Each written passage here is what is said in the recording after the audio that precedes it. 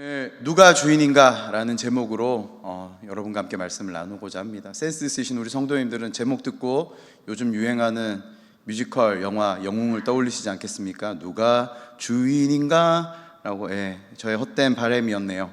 네. 여러분, 오늘 우리가 함께 읽은 이 본문에 아주 민감한 주제가 등장합니다. 돈이라는 주제죠. 성도 여러분들에게 돈은 어떤 의미입니까? 우리가 흔히 받는 질문 중에 이런 질문들이 있죠. 돈이 나를 이끌어가는가? 아니면 내가 돈에 이끌어가는가? 이 질문은 교회 안에서만 하는 질문이 아닙니다.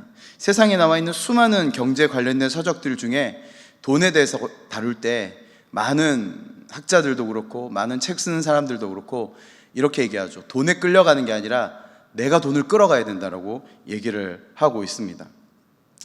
우리는 흔히 생명 없는 것들에 인격을 부여하는 일들이 종종 있습니다.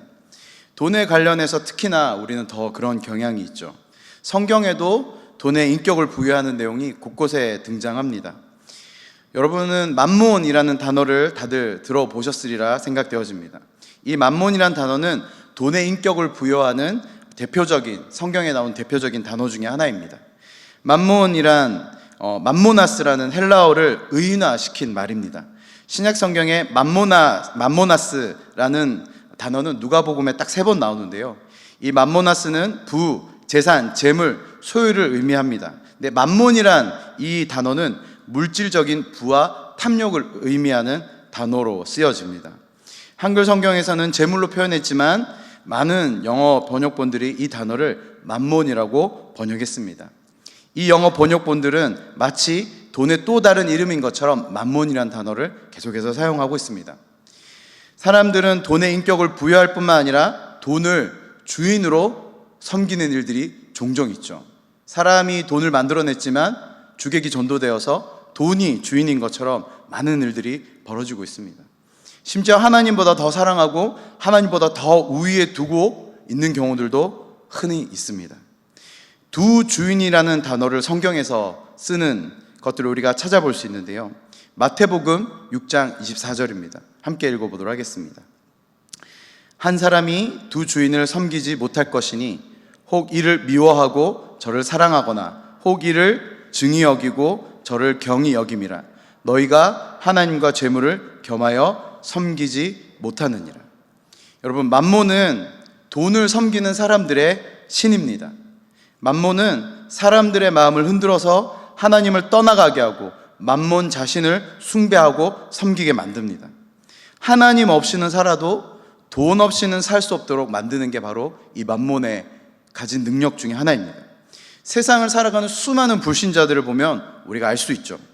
수많은 세상 사람들에게 사실은 하나님은 있으나 마나한 존재일 때가 굉장히 많습니다. 불신자들에게 한해서 말씀드리는 거예요.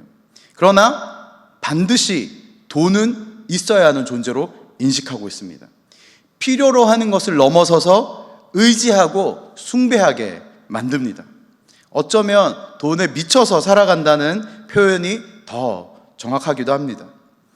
이 세상에 사는 사람들 중에 돈에 종속되어 살지 않는 사람들은 그리 많지 않습니다. 맘몬을 섬기는 사람은 다 맘몬의 속성을 닮아가게 되어 있습니다. 이런 표현이 있는데요. 바라봄의 원칙이라는 말이 있습니다. 무언가를 한 가지를 계속해서 바라보고 골똘히 뚫어져라 쳐다보고 그걸 계속해서 인식하고 살아가면 그것을 닮아가게 되어 있는 것이죠. 맘몬은 오직 자신만을 섬기게 만들고 자신에게 미치게 만드는 맘몬은 돈을 얻기 위해 사람들로 하여금 무슨 짓이든지 서슴없이 저지르게 만듭니다.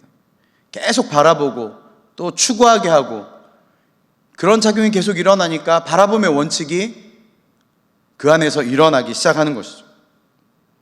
점점점 맘몬이 가진 속성을 닮아가게 만듭니다. 세상에 경악할 만한 많은 뉴스들을 보면 돈에 관련되어 있는 일들이 참 많은 것을 우리가 알 수 있습니다. 돈 때문에 속이고 돈 때문에 죽이고 돈 때문에 사람을 짓밟고 우리 수요예배 나오신 훌륭한 예배자님들에게는 불경한 말씀일 수 있으나 요즘 유행하는 송중기라는 배우가 나오는 아주 유행하는 드라마가 하나 있습니다. 뭔지 아시나요? 제목 말하지 마세요. 마음에만 품고 계세요. 모르는 것처럼 하고 계셔야 됩니다. 거기에 보면 드라마 주요 내용이 그거죠.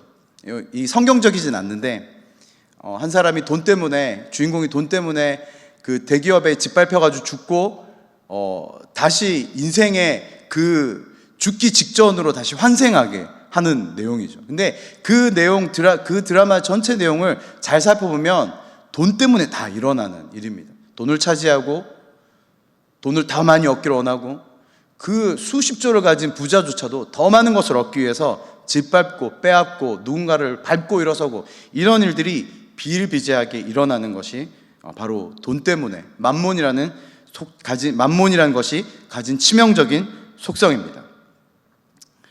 슬픈 것은 그리스도인들 중에서도 하나님이 아닌 만몬의 마음을 뺏기고 만몬을 주인으로 섬기는 사람들이 존재한다는 것입니다. 아예 돈을 대놓고 섬기는 사람들은 마음이라도 편하죠, 사실은. 왜냐하면 자기 인생의 방향을 그렇게 결정했기 때문에. 근데 여러분, 혹시 옛날 개그인데 이거 아시나요? 창밖에 있는 여자보다 더 불행한 여자는 누굴까요? 창틀에 끼인 여자죠. 아재 개그. 이거 좋아하시네요. 네. 돈과 하나님 사이에서 돈이냐 하나님을 결정하지 못하고 마치 그 틈에 끼어가지고 돈과 하나님 사이에 끼어가지고 이러지도 못하고 저러지도 못하고 돈을 따라가자니 하나님이 두렵고 하나님을 따라가자니 돈이 없으면 죽을 것 같고. 여러분, 이런 문제들을 바라보고 있는 우리들에게 하나님이 사실은 이렇게 끊임없이 이런 질문을 던지십니다. 누가 너의 주인이냐? 너는 누구를 섬기고 있느냐? 여러분, 사실 성경 전체 내용들을 보면 이 말로 한축할 수 있을 것 같습니다. 하나님을 섬기는가? 아니면 세상을 섬기는가? 하나님을 따라가는가? 세상을 따라가고 있는가? 하나님이 끊임없이 우리에게 너의 주인이 누구인지, 마태복음에 말씀하신 것처럼 두 주인을 섬길 수 없다라고 말씀하셨는데 너의 주인이 누구인지 주님 우리에게 끊임없이 묻고 계시고 또 누구를 섬길지 우리에게 선택하라고 말씀하십니다. 마태복음에 말씀하신 것처럼 두 주인을 섬길 수는 없다고 못을 박아 말씀하십니다. 우리는 나의 삶과 돈지갑을 십자가의 못을 박고 주님을 섬기는 삶을 살던지 돈을 섬기는 삶을 살던지 둘 중 하나를 선택해야 합니다. 회색 지대는 없습니다. 하나님은 우리의 삶의 모든 영역, 말 그대로 하나도 빼놓지 않고 99%가 아니라 100% 모든 영역의 주인이 되시길 원하십니다. 몇 가지는 빼고 어떤 것은 뒤로 잠시 두고 하나님은 내 주인이십니다. 이런 고백을 할 수 없다라고 성경은 분명하게 말씀하고 계십니다. 오늘 우리가 읽은 사도행전 5장에 나온 아나니아와 삽비라에게도 주님은 똑같은 질문을 던지셨습니다. 아나니아와 삽비라야, 너의 주인은 누구이느냐? 주님이 분명히 그렇게 물으셨습니다. 근데 그들은 말로서 대답을 하진 않았지만 행동으로 대답했죠. 그 결과를 우리는 오늘 이 사도행전 5장을 통해서 볼 수 있는 것입니다. 여러분, 사실 아나니아와 삽비라는 교회의 돈, 남의 돈을 훔친 것이 아니죠.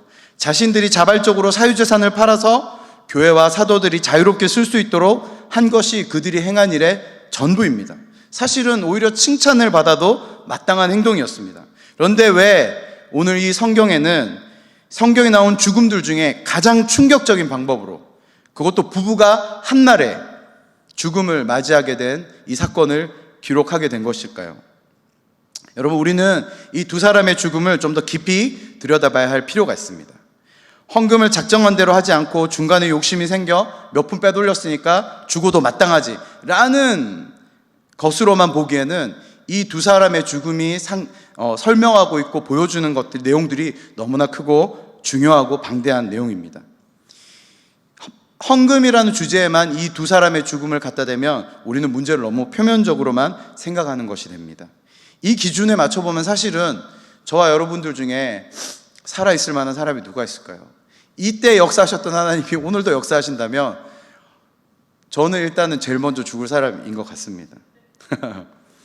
우리가 단순히 이 헌금에 관련돼서만 이 죽음을 바라보지 말고 우리가 좀 더 깊이 말씀을 통해서 함께 바라보고 싶습니다.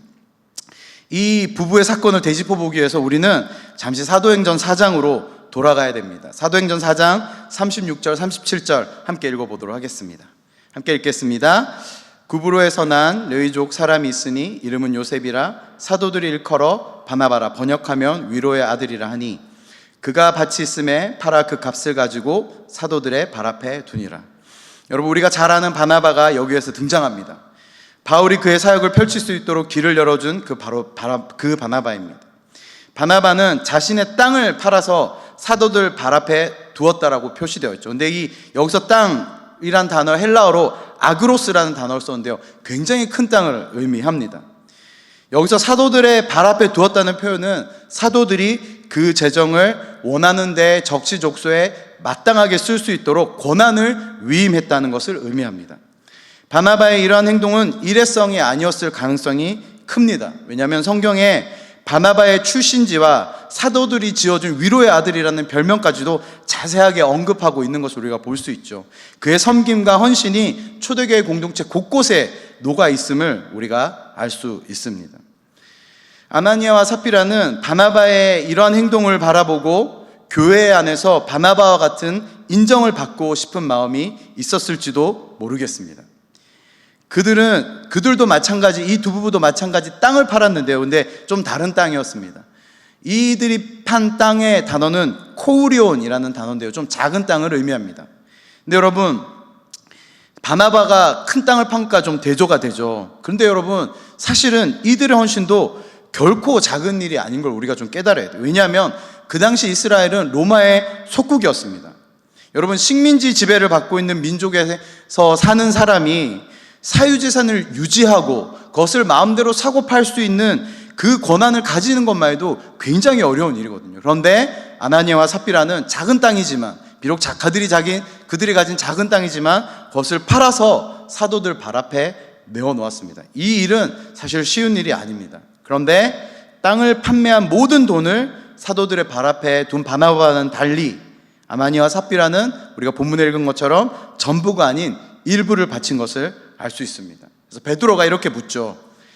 아나니아와 삽비라에게 땅의 판값을 얼마를 감추었다라고 이렇게 얘기하죠. 그래서 묻습니다. 얼마를 니네가 감추었다라고. 이제 이 베드로가 아나니아와 삽비라에게, 돈을 갖고 온 아나니아와 삽비라에게 너희가 얼마를 감추었다라고 표현하고 있는데요, 이 감추다라는 단어가 참 의미심장한 단어입니다. 이 감추다라는 단어는요, 헬라어로 노스피조마이라는 단어입니다. 이 동사는 문자적으로 물건을 슬쩍 훔치는 것을 이야기합니다. 여러분, 좀 이상하지 않습니까? 아나니아와 삽비라가 남의 것을 훔친 것이 아니죠. 남의 땅을 팔아가지고 그것을 자기 것으로 착복하고 내놓은 것이 아니라 자기 소유의 땅을 팔아서 그 중에 얼마간을 남겨두고 사도들이 교회에서 쓸 수 있도록 내어놓았는데, 하나님은 이들에게 훔쳤다라는 노스피조마이라는 단어로 이 본문을 기록하고 있습니다. 여러분, 이 부분에 대해서 뒤에서 가서 이제 좀 더 얘기할 건데요, 흥미롭게도 이 노스피조마이라는 단어가 똑같이 등장하는 본문이 있습니다. 여호수아서를 보면 이 단어가 나와 있습니다. 아간이 하나님께 바쳐진 전리품을 얼마를 감추었는데 그 감춘 행동에 이 노스피조마이라는 단어를 똑같이 썼습니다. 여러분, 그 70인역이라는 성경 번역본이 있습니다. 쉽게 설명드리면 히브리어, 그러니까 지금 예수님 시대 사람들이 쓰는 단어는 헬라어고, 모세가 활동했던, 모세오경이 쓰여졌던 그 당시의 말은 히브리어였는데, 이 히브리어를 유대인들이 읽을 수 있도록 헬라어로 번역한 성경을 70인역이라고 합니다. 근데 이 70인역에서 여호수아서를 번역할 때 이 아간의 행동을 노스피조마이라는 단어를 써서 기록하고 있는 것을 우리가 볼 수 있습니다. 여호수아서 7장 1절 우리 함께 같이 읽어보도록 하겠습니다. 함께 읽겠습니다. 시작. 이스라엘 자손들이 온전히 바친 물건으로 말미암아 범죄하였으니 이는 유다 지파 세라 증손 삽디의 손자 갈미의 아들 아간이 온전히 바친 물건을 가졌음이라 라고 나왔죠. 여호와께서 이스라엘 자손들에게 진노하시니라. 사도행전의 저자가 의도적으로 이 구약 성경의 이 언어를 똑같이 번역해서 연결지었는지는 정확하게 알 수는 없지만, 아나니아와 삽비라 이 부부의 죄악과 이 아간의 죄악은 많은 부분이 닮아 있는 것을 우리가 볼 수 있습니다. 여러분, 아간이 누구인지 다 아시죠? 그가 행한 죄악이 무엇인지 다 아실 거라고 생각되어집니다. 하나님께 불순종함으로 출애굽 1세대들이 광야에서 다 죽게 되어집니다. 모세조차도 하나님이 약속하신 가나안 땅에 들어가지 못하고 죽게 되어지죠. 그 1세대들이 다 죽고 하나님이 새로운 리더 여호수아를 세우고 이들과 함께 세컨 제너레이션 2세대를 세우고 하나님의 약속의 땅인 가나안으로 들어가게 하시고 정복 전쟁을 주로 행하게 하는 그 모든 내용들이 나와 있는 것이 바로 여호수아서의 주요 내용이죠. 여호수아와 함께 약속의 땅인 가나안으로 들어가서 그 땅을 차지하게 하기 위한 이야기, 바로 이 내용이 여호수아서의 주요 스토리인 것으로 우리가 다 알고 있습니다. 여러분, 아간은 여리고성 전투에서 큰 승리를 거둔 후에 그 다음 전투인 아이성 전투에서 패배하게 된 원흉이 된 인물이 바로 이 아간이죠. 이스라엘 군대가 아이성에서 충격적인 패배를 당하게 되어집니다. 이전에 더 큰 전쟁에서 승리했는데 그것보다 훨씬 작은 규모인 이 아이성 전투에서 이스라엘 백성들이 참패를 당하게 되죠. 여호수아는 옷을 찢고 이스라엘의 장로들과 함께 하나님의 언약궤 앞으로 나가서 땅에 엎드리고 머리에 티끌을 무릅쓰고 해가 질 때까지 기도했습니다. 여호수아는 기도하면서 하나님께 물었죠. 왜 이런 패배를 당하게 되었는지, 그리고 어떻게 하면 우리가 이 패배에서 벗어날 수 있는지 주님 앞에 묻기 시작했습니다. 그때 하나님께서 여호수아에게 패배의 원인에 대해서 이렇게 말씀하십니다. 이스라엘이 범죄하였기 때문이고 내가 너희에게 명한 나의 언약을 어겼기 때문이라고 말씀하십니다. 그들이 바친 하나님께 바치라고 한 그 물건을 취하고 도적질하고 사기쳐서 하나님께 감추인 사람이 있다라고 말씀하시는 거죠. 그것 때문에 졌다라고 여호수아서에 나와 있습니다. 바친 물건이란 하나님께 바쳐야 하는 물건을 뜻하는 것입니다.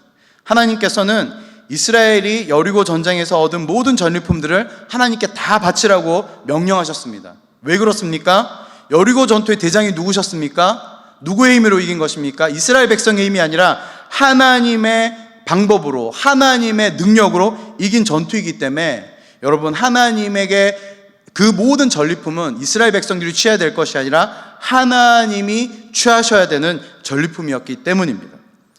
하나님이 대장되어 친히 싸우셨다는 사실을 모든 백성들로 하여금 인정하게 하기 위해서, 그리고 믿음으로 살아가게 하기 위해서 하나님께서는 이 모든 것들을 하나님께 바치라고 명령하셨습니다.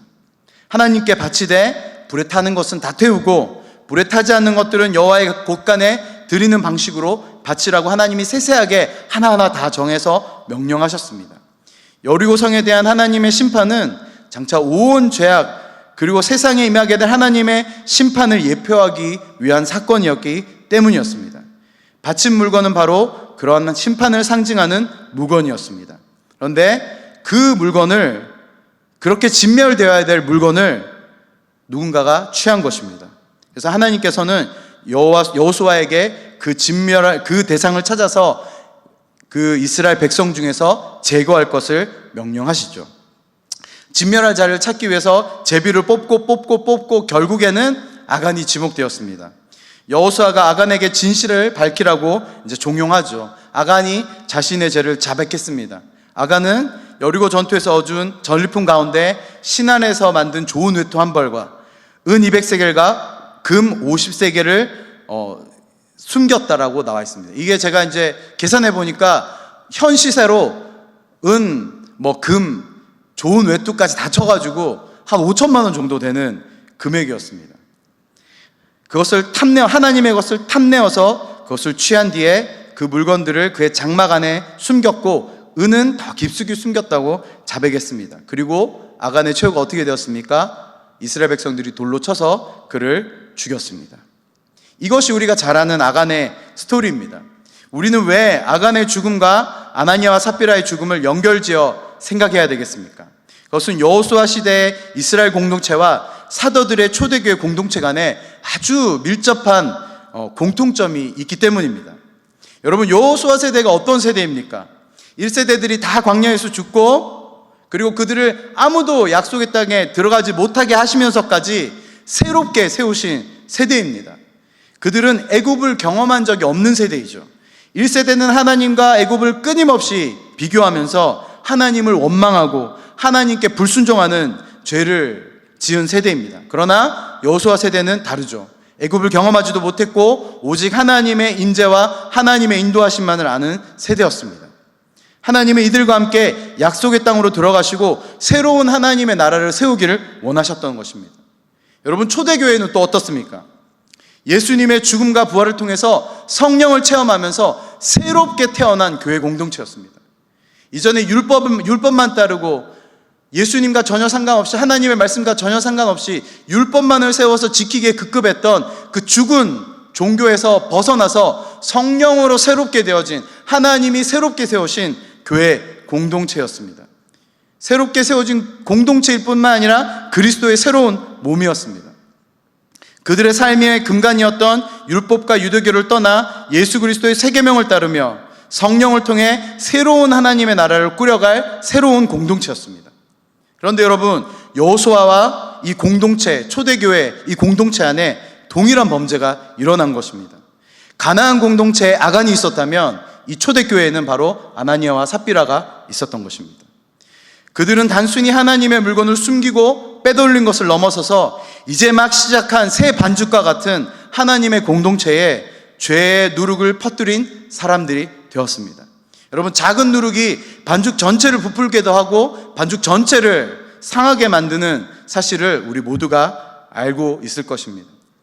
신약과 구약에 나온 이 두 공동체의 모든 사람들에게 새 하나님의 법을 따르며 새로운 하나님의 나라를 이루어가기 위해서 온 힘을 쏟고 있는 이 공동체 안에 그때 이 세 사람은 새로운 하나님의 나라의 정결함을 부정함으로 오염시키는 죄악을 범한 것입니다. 사도행전 4장 32절 우리 함께 읽어보도록 하겠습니다. 함께 읽겠습니다. 믿는 무리가 한 마음과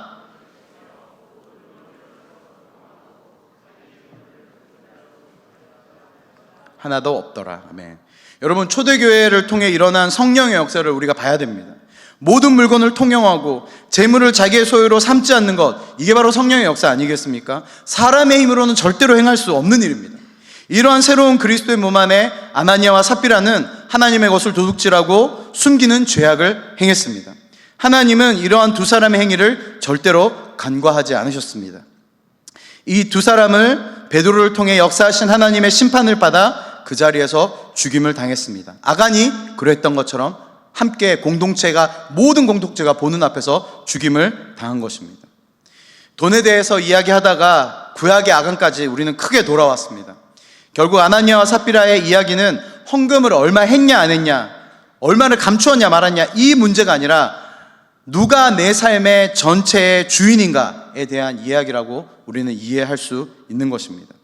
아간이 가나안 새 공동체에 하나님의 주인 되심을 부인하고 자신의 욕심대로 만몬의 지배에 당하여 죄악을 범하고 공동체 전체를 패배하게 하였던 것처럼 아나니아와 삽비라 역시 초대교회 새 그리스도의 몸에 하나님의 주인 되심을 거부하게 하고 자기가 주인인 것처럼 행세함으로 하나님의 심판을 당하게 된 것입니다. 아나니아와 삽비라는 자기의 재산을 사도들 발 앞에 내어놓았지만 하나님의 주권은 인정하지 않았던 것입니다. 하나님은 우리 삶의 모든 영역의 주인이 되십니다. 여러분 믿으십니까? 그 중에서도 가장 민감한 영역이 어디입니까? 바로 재정의 영역입니다. 이 재정의 영역은 특별히 더욱 힘써서 하나님이 주인 되시도록 해야 합니다. 재물에 대한 자기 부인이 일어나야 합니다. 아나니아와 삽비라의 헌신은 결코 가벼운 헌신이 아니었습니다. 비록 바나바를 흉내내긴 했지만 그 결정도 아무나 할 수 있는 것은 아니었습니다. 그러나 아나니아와 삽비라는 돈에 대해서는 하나님의 주권을 인정하지 못했던 것입니다.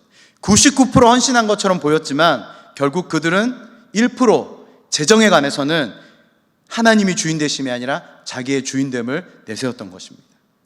아나니아 삽비라 이 두 사람의 사건을 통해 하나님은 우리가 무엇을 깨닫길 원하시는지 함께 살펴보고 우리의 삶의 주인이 누구인지 함께 조금 더 들여다보고 싶습니다. 말씀을 통해 세 가지로 좀 살펴보고 싶습니다. 여러분 걱정하지 마십시오. 금방 끝납니다. 길게 결론을 가져가지 않겠습니다. 첫째, 하나님은 돈에 대한 우리의 마음의 동기를 날마다 살펴보시는 분이십니다. 여러분 믿으십니까? 아나니아 삽비라는 사실 큰 돈을 헌금했다는 사실을 우리가 알 필요가 있죠. 금액으로만 따져서 인간적인 시선으로 이 사건을 본다면 적어도 비난받거나 죽임을 당해서는 안 될 사람들이었습니다. 사람의 관점으로 보면 바나바가 했던 일과 액수만 다르지 크게 차이가 없는 것이죠. 그러나 하나님의 관점으로 바라볼 때는 큰 차이가 있습니다. 바나바는 그가 가진 소유를 하나님을 경외하는 마음으로, 사람과 하나님 앞에서 정직함으로 하나님을 경외하는 마음으로 모든 것을 다 내어놓았습니다. 그러나 아나니아와 삽비라는 사람의 눈을 속였듯이 하나님의 눈도 속이려고 했습니다. 그리고 그 죄악의 누룩을 새롭게 시작하는 공동체에 뿌리려고 했습니다. 여러분, 하나님은 이러한 죄악을 결코 좌시하지 않으십니다. 하나님은 아나니아와 삽비라의 동기를 꿰뚫어 보고 있으셨습니다. 자신들의 헌신을 선전하고 공동체 안에서 자신들의 영향력을 알리고 싶어 했던 아나니아와 삽비라의 마음을 하나님은 지켜보고 계셨던 것이죠. 아나니아와 삽비라에겐 적어도 돈에 대해선 하나님이 주인이 아닌 자신들이 주인됨을 내세우고 있었던 것입니다. 자신들이 가진 영향력인 돈으로 교회 공동체에 자신의 이름을 남기고 싶어 했고 영향력을 미치길 원했었습니다. 하나님의 관심은 여러분, 우리의 마음과 우리의 동기에 있으십니다. 내가 드리는 재정을 통해 하나님의 영광을 드러내기를 원하시는지, 아니면 나의 이름을 알리고 나의 영향력을 나타내기를 원하는지, 여러분, 하나님의 관심은 우리의 마음의 동기에 있는 것이죠. 내가 얼마를 내는지, 얼마나 큰 재정을 내는지, 주님께 이것은 저는 전혀 중요하지 않다라고 저는 믿습니다. 여러분, 내가 하나님 앞에 어떤 마음으로, 어떤 동기로 이 재정을 내어놓는지에 관한 이것은 오직 하나님과 나만이 아는 아주 내밀한 문제이죠. 사랑하는 여러분, 다른 어떤 것보다 재정에 관해서 우리는 우리의 마음과 동기를 살펴서 나의 모든 재정이 하나님 것입니다 라는 믿음을 가지고 어떤 재정이든 주님 앞에 드려야 될 줄로 믿습니다. 여러분, 하나님이 원하시는 것은 99%가 아니라 몇 %입니까? 100%인 것이죠. 그 마음의 동기와 태도를 날마다 바라보시면서 주님이 우리에게 이 재정을 통해서 묻고 계신 질문은 무엇입니까? 우리가 날마다, 주일마다, 또 예배 때마다, 또 하나님이 감동 주실 때마다 재정을 통해서 흘려보내고 헌금하지만 그때마다 우리는 하나님의 질문을 들어야 됩니다. 어떤 질문입니까? 누가 너의 주인이냐? 할렐루야. 두 번째는 하나님은 우리에게 모든 것을 잠시 맡기신 주인인 것을 깨달아야 된다는 것이죠. 우리가 이것을 고급스럽게 표현해서 뭐라고 얘기합니까? 청지기적인 삶이라고 얘기하고 있는 것입니다. 여러분, 이 아나니아와 삽비라 이 사건을 보면, 인간의 관점에서 보면 땅을 판 돈은 이 두 부부의 소유임이 틀림이 없습니다. 누구도 얘기할 수 없죠. 그러나 하나님의 관점은 다릅니다. 초대교회 성도들에게 재산을 바치는 것이 의무는 아니었습니다. 자신의 사정에 따라 즐거이 바치면 되는 것이었습니다. 바나바 역시 자신의 가진 전부를 드린 것은 아니었겠죠. 그러나 가진 것 중에 일부인 밭을 팔아서 하나님 앞에 즐거이 되었습니다. 그럼에도 불구하고 바나바는 이 돈에 대한 권리를 전혀, 요즘 말로 1도 주장하지 않았습니다. 팔기 전에도 하나님의 것임을 인정했고, 팔아서 헌금하기로 한 순간에도 주님의 것임을 인정하는 마음으로 사도들의 발 앞에 하나도 빠뜨리지 않고 내어놓은 것입니다. 여러분, 화장실 들어가기 전과 갔다 온 후에 마음이 다르다고, 사실 팔기 전보다 팔고 나서 하나님의 것임을 인정하는 게 얼마나 어려운 건지 우리는 다 알 거라고 생각되어집니다. 저도 땅을 판 적은 없지만 재정을 가지고 그런 고민을 한 경험들이 많거든요. 제가 예전에 일본 전도여행을 가야 되는데 주님이 정말 넘치게 부어주셨습니다. 그래서 꿈에 부풀었죠. 이 재정을 가지고 일본에 가서 악기도 하나 사고, 정말 많은 재정을 부어주셨거든요. 이 악기도 사고, 와, 이것도 하고, 맛있는 것도 먹고 막 이렇게 해야지 그러고 있는데, 주님이 제 마음에 기도하는데 어떤 감동을 주셨냐면, 이 돈 네 돈 아니다 라는 마음을 주셨어요. 그때는 흔쾌히 인정했어요. 아, 주님, 저는 이미 전도여행 다 비 채웠고, 그러면 주님 주시는 감동에 따라서 사람 떠올리게 해주시면 제가 그 사람에게 이 재정을 헌금하겠습니다 라고 해서 몇 사람 떠올리게 해주셔가지고 이제 즐거운 마음으로 계좌이체를 하려고 하는데, 그 버튼이 눌려지지 않는 거예요. 일본 가가지고 사 먹을 오코노미야끼도 기억나고, 거기서 살 몇 가지 물건도 생각하면서 이 클릭 한 번만 하면 되는데 그게 움직여지지 않는 거예요. 그때 알았죠. 내가 이 돈을 이미 소유하고 있었구나. 팔기 전에 하나님의 소유를 인정하는 것, 그리고 팔고 나서도 더욱더 하나님의 소유로 인정하는 것. 여러분, 이것이 우리가 주님을 주인으로 섬기는 태도일 줄로 믿습니다. 그러나 아나니아와 삽비라는 달랐죠. 밭을 팔기로 결정하고 처분하고 사도들 앞에 내어놓는 순간에도 자신의 소유로 주장했습니다. 여러분, 사도행전 5장 4절에 베드로가 이렇게 얘기합니다. 땅이 그대로 있을 때에는 내 땅이 아니며 판 후에도 내 의미로 할 수가 없더냐. 여러분, 우리가 흔히 하는 실수가 이것입니다. 원래부터 나의 소유였던 것을 하나님께 소유권을 이전하는 것이 헌금이 아니죠. 원래부터 주님의 것이었는데 나에게 맡기셨음을 인정하고 주님 앞에 드리는 것, 이것이 바로 온전한 헌금이며 이것이 재정에 대하여 취해야 할 우리의 온전한 태도일 줄로 믿습니다. 세 번째는 하나님을 주인으로 인정하는 공동체에 하나님의 회복과 부흥을 주시는 것을 우리는 바라보아야 합니다. 아나니아와 삽비라는 이 재정을 드림으로 사람들 앞에서 그들의 헌신과 지도력을 인정받을 수 있으리라는 가벼운 생각을 했던 것 같습니다. 결코 적지 않은 사람들의 부러움과 인정을 받기에 딱 괜찮은 그 선을 딱 정해놓고 그것을 마치 전혀 아까워하지 않는 것처럼 모든 것을 내어놓는 척하면서 사도들 앞에 내어놓았습니다. 그러면 사람들이 인정하겠죠. 칭찬하겠죠. 그것을 바라보았던 것 같아요. 그러나 두 사람은 그들이 전혀 생각하지 못했던 방식으로 다른 모델이 되었습니다.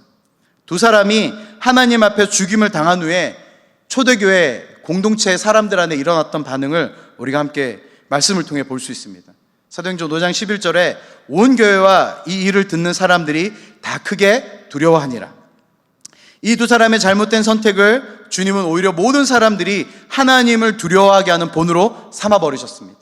아나니아와 삽비라는 그런 식으로 모델이 되고 싶지 않았지만 하나님이 취한 방법은 달랐던 것이죠. 이제 막 태동한 그리스도의 몸된 교회에 하나님은 누가 주인인가를 물으셨고 돈에 대한 사건을 통해 분명하게 말씀하십니다. 하나님은 이 공동체가 실패한 공동체가 되지 않도록 아나니아와 삽비라를 통해서 이 재정의 문제를 통해서 누가 주인인가에 대해서 이 공동체에 묻고 계신 것입니다. 여러분, 초대교회 공동체에게 이 사건이 큰 두려움이 되었습니다. 얼마나 놀랐겠습니까? 사람이 그냥 죽어서 실려 나가는데, 여러분 어렸을 때 예방주사 맞으려고 줄 서 봤던 기억 다 기억나시죠? 처음에는 아주 담대한 마음으로 있다가 점점 자기 순서가 다가오면 어때요? 무섭죠. 떨리고 집에 가고 싶고 갑자기 잠 오고 막 이런 경험들 다 있으리라고 생각되어집니다. 여러분, 하나님은 이 아나니아와 삽비라 이 사건을 통해서 초대교회 공동체에게 예방주사를 주신 것입니다. 점점 그 사건을 보고 잠시에는 당황하고 두려워하고 무서워했지만 이 아나니아와 삽비라를 통해서 하나님이 이 뒤에 초대교회에 행한 일들을 보면 하나님의 얼마나 놀라운 일들을 하셨는지 우리는 볼 수 있습니다. 초대교회 공동체의 이 사건은 두렵고 아픈 사건이었지만 이 사건을 통해 초대교회는 건강함을 누리게 되었습니다. 모든 사람들이 즉각적으로 하나님의 주인 되심을 인정할 수밖에 없었죠. 그 뒤에 일어난 일들에 사도들이 큰 이적을 행하기 시작하고 수많은 무리들이 주님 앞에 나오기 시작하고 세상과 다른 기준으로 사는 그리스도인들을 바라보면서 세상 사람들은 칭송하기 시작했습니다. 병고침이 일어나고 부흥이 일어났다라고 이 사도행전 5장 뒤에 11절 뒤에 나와 있습니다. 아나니아와 삽비라가 그들의 악한 행위가 있었지만 하나님이 그들의 부흥을 위한 마중물로 사용하셨습니다. 하나님은 모든 성도들이 하나님을 경외하는 본이 되어지기를 소망하십니다. 여러분 믿으십니까? 그러나 하나님은 우리가 결코 아나니아와 삽비라 같은 방법으로 본이 되기를 원치 않으실 것입니다. 회개하고 돌이킬 기회가 주어졌었죠. 베드로가 물었습니다. 이게 다냐? 라고 했을 때 만약에 아나니아와 삽비라가 이게 다가 아니라 사실 얼마를 감추었습니다 라고 회개하고 돌이켰다면 결코 이런 모델이 되지는 않았을 것입니다. 말씀을 정리하면서 저는 여러분에게 또 다른 하나의 공동체를 언급하고 소개해드리고 싶습니다. 바로 수원 동북교회입니다. 저는 제가 세보니까 이 수원 동북교회 온 지 제가 4월 달에 왔지 않습니까? 4월 거의 말에 왔기 때문에 그건 치고 5, 6, 7, 8, 9, 10, 11, 12, 8개월이죠. 맞나요? 맞죠? 맞나요? 잠깐만. 네, 맞죠. 맞습니다. 아주 정확하게 얘기하면 저는 아직은 이방인이죠.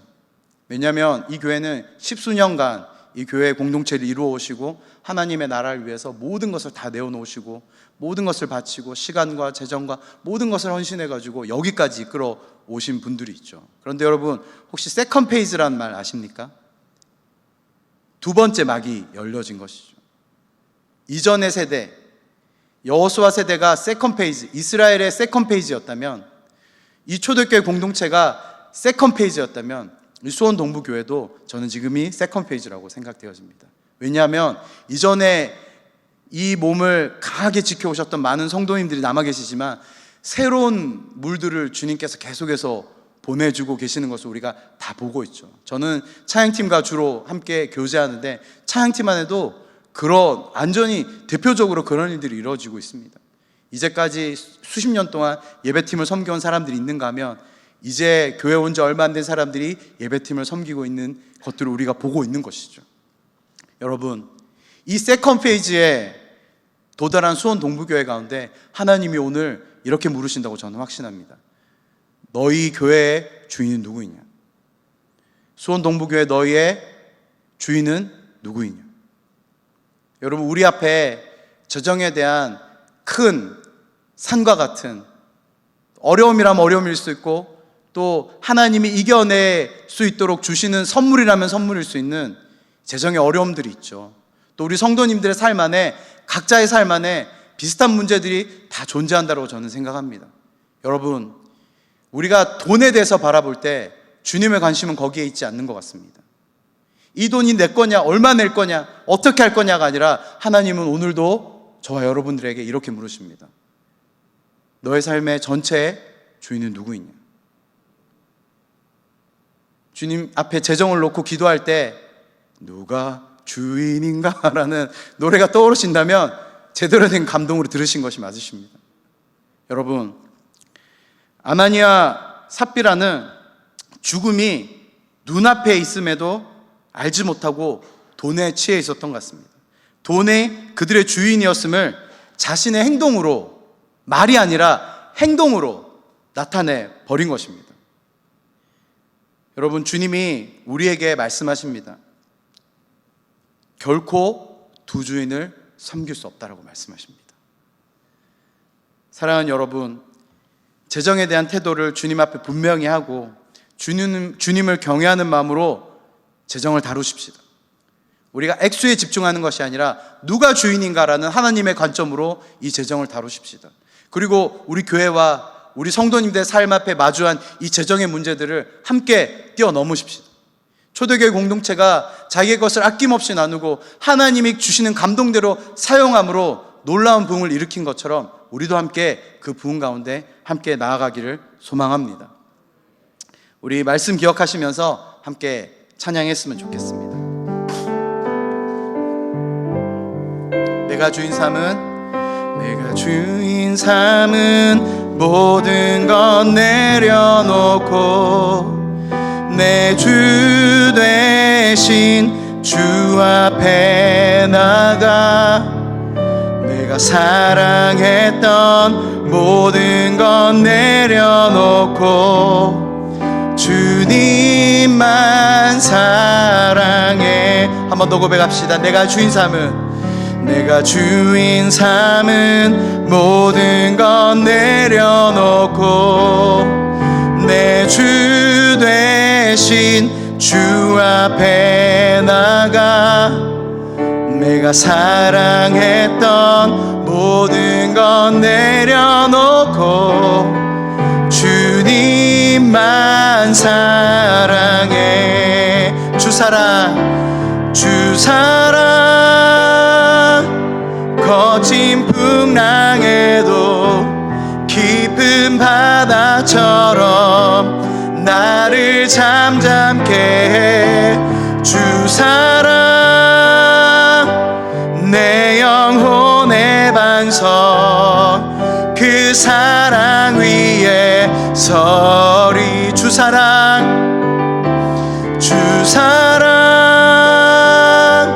거친 풍랑에도 깊은 바다처럼 나를 잠잠케 해. 주 사랑, 내 영혼의 반석, 그 사랑 위에 서리. 여러분, 이 시간은 말씀을 품고 함께 기도합시다. 우리가 고백했던 것처럼 내 삶의 주인이 하나님이 되시도록 주님의 주권을 인정하는 기도를 드리십시다. 주님이 내 재정의 주인 되심을 인정합시다. 하나님을 경외하는 마음이 회복되어 주시도록 주님 앞에 기도합시다.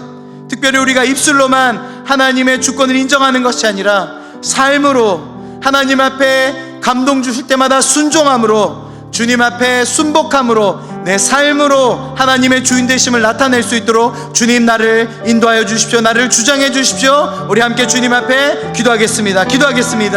하나님, 이 시간에 우리가